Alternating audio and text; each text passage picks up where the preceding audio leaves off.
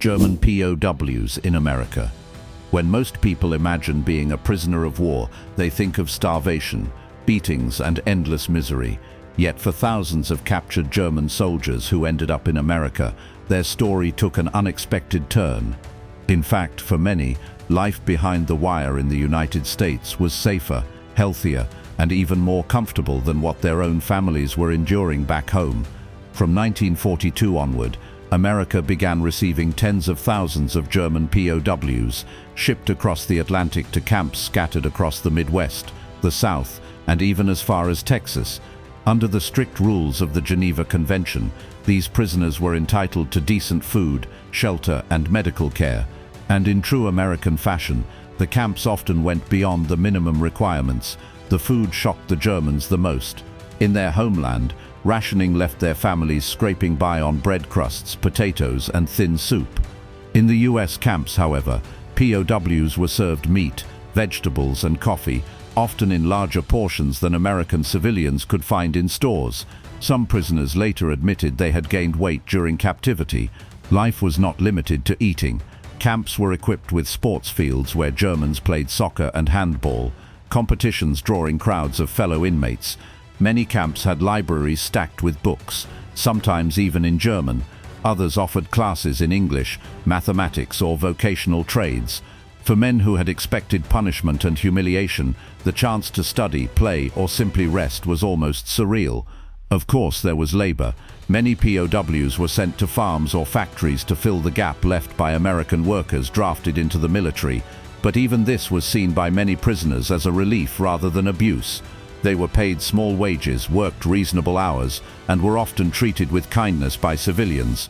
Stories survive of German prisoners being invited to Christmas dinners with local families, or exchanging songs across fences with curious American children.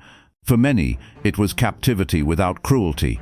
A roll of the dice had placed them in the hands of the Americans, and for that, countless German POWs would later admit they were grateful. German POWs in Britain. Across the Atlantic, the experience for German prisoners looked different.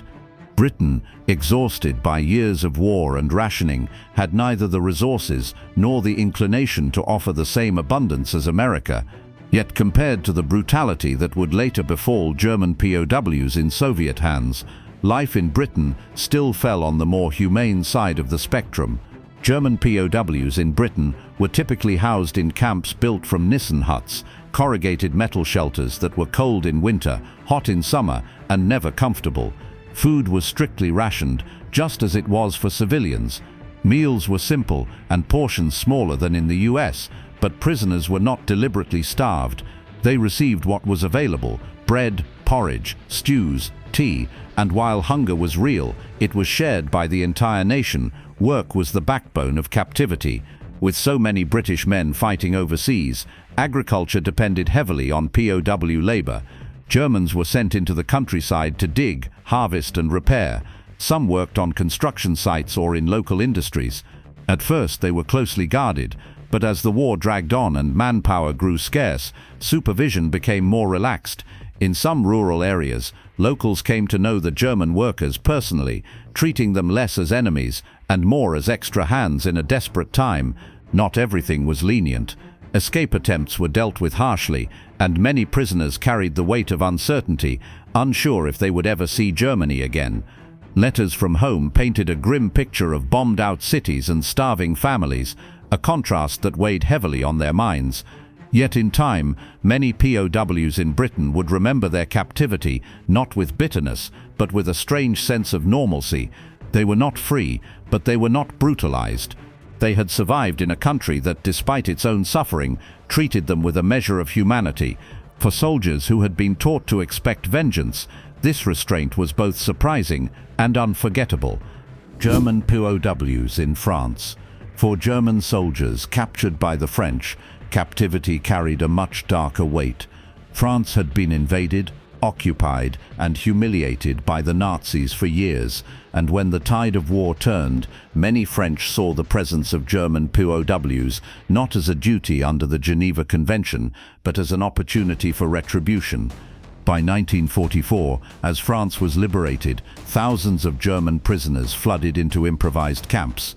Conditions were harsh from the very start. Shelter was inadequate, tents, broken-down barns, or open-air stockades. Food was scarce, and unlike in Britain, rations for prisoners were not always equal to those of civilians.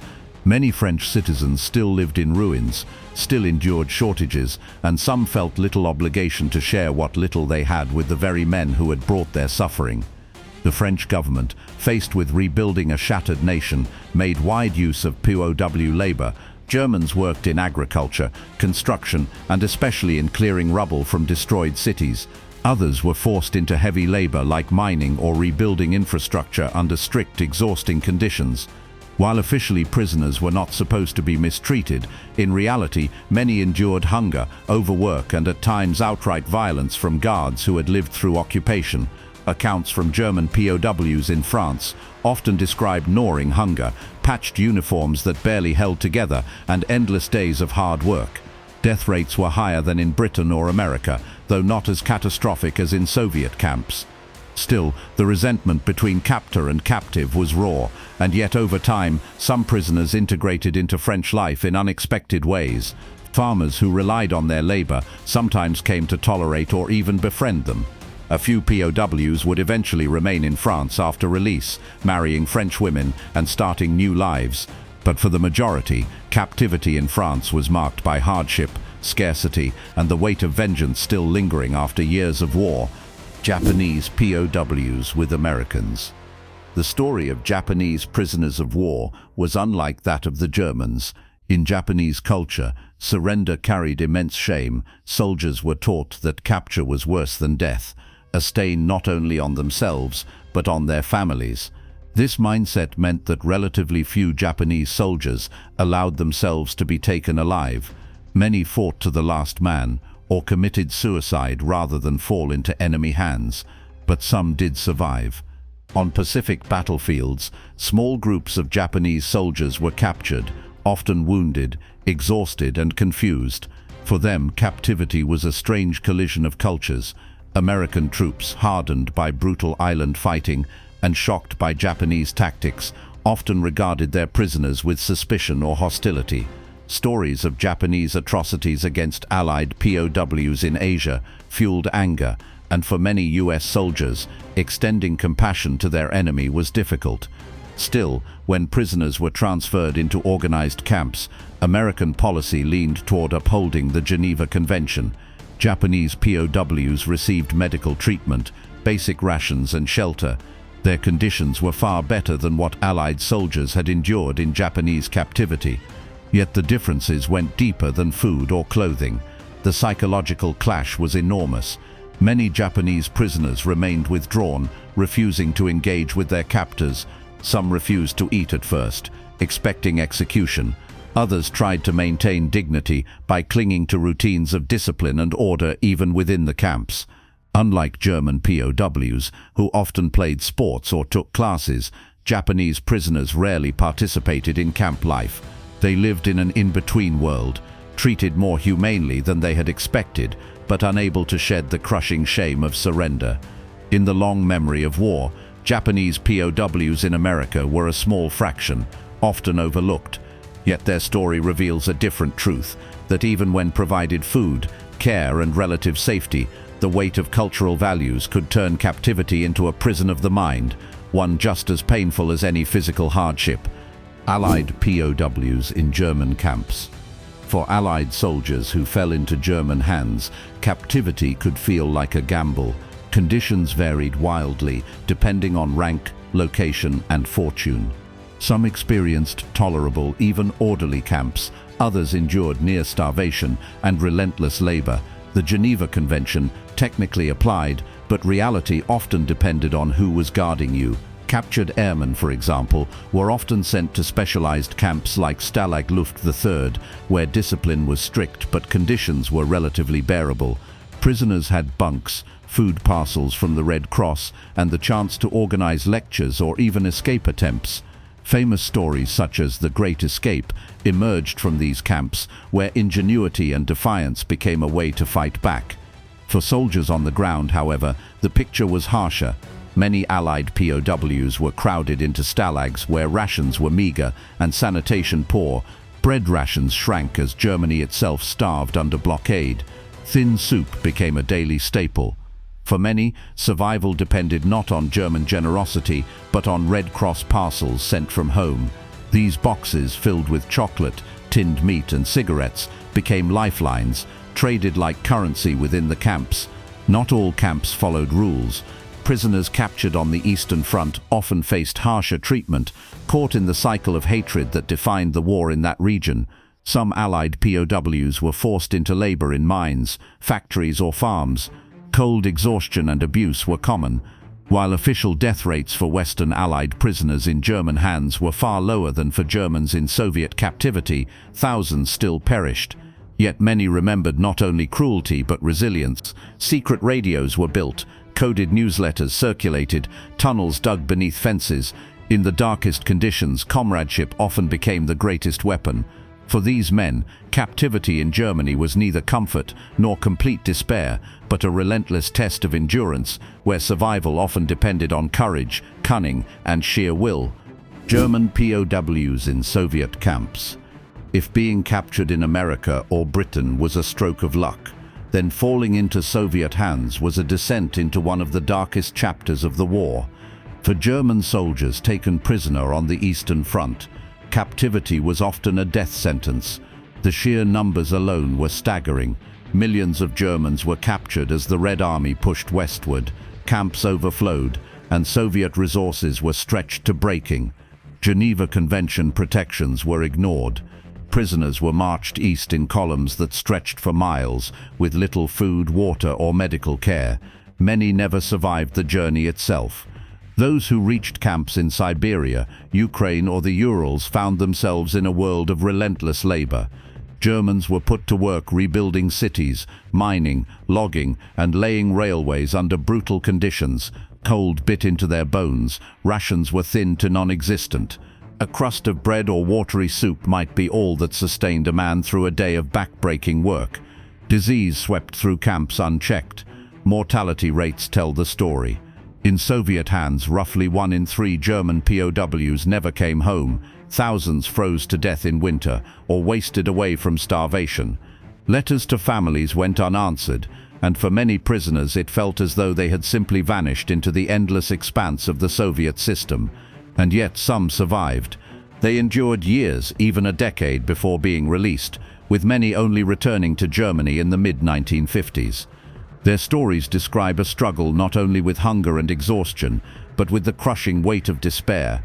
For survivors, the camps remained etched into memory as a place where hope was the rarest commodity of all. Compared to American or British captivity, Soviet camps were another world entirely, one defined not by rules, but by survival against the cold, the hunger, and the endless grinding labor of a war that seemed never to end. Japanese POWs in Soviet hands. For Japanese soldiers captured by the Soviets in 1945, captivity was often worse than death. When Japan surrendered, hundreds of thousands of its soldiers in Manchuria, Korea, and other territories suddenly found themselves surrounded by the advancing Red Army. Many laid down their weapons, believing surrender meant they would be returned home quickly after the war. Instead, they were shipped thousands of miles away into the frozen depths of Siberia. Here, the familiar machinery of Soviet captivity unfolded. Prisoners were packed into trains for weeks-long journeys, crammed into boxcars with little food or water. Those who survived the transport were sent to labor camps scattered across the Soviet Union. They mined coal, felled trees in endless forests, and worked in factories under freezing winds and brutal overseers. Unlike German POWs, who sometimes had organized support networks and at least the prospect of eventual repatriation, Japanese prisoners were almost forgotten. Japan itself lay in ruins, and the new post-war government had little power to negotiate their return. Families waited in vain, receiving no letters, no news, only silence. Conditions in the camps were merciless, rations were thin, medical care almost non-existent, and disease rampant. Many prisoners, unprepared for Siberian winters, froze in their bunks or collapsed at work sites. Others simply wasted away, unable to survive on the meager food provided. Mortality was staggering, and those who lived often carried lifelong scars, both physical and psychological. For survivors, captivity could stretch on for years. Some were only released well into the 1950s, long after the war had ended. By then, many returned to a Japan that had rebuilt without them, their youth and strength lost to the endless winters of Siberia. Of all the levels of POW treatment, this was the lowest, not only for the suffering endured, but for the hopelessness that defined it. For German POWs in America, captivity was survival with dignity. For Japanese POWs in Soviet hands, it was a slow erasure, a struggle not to live well, but simply to live at all,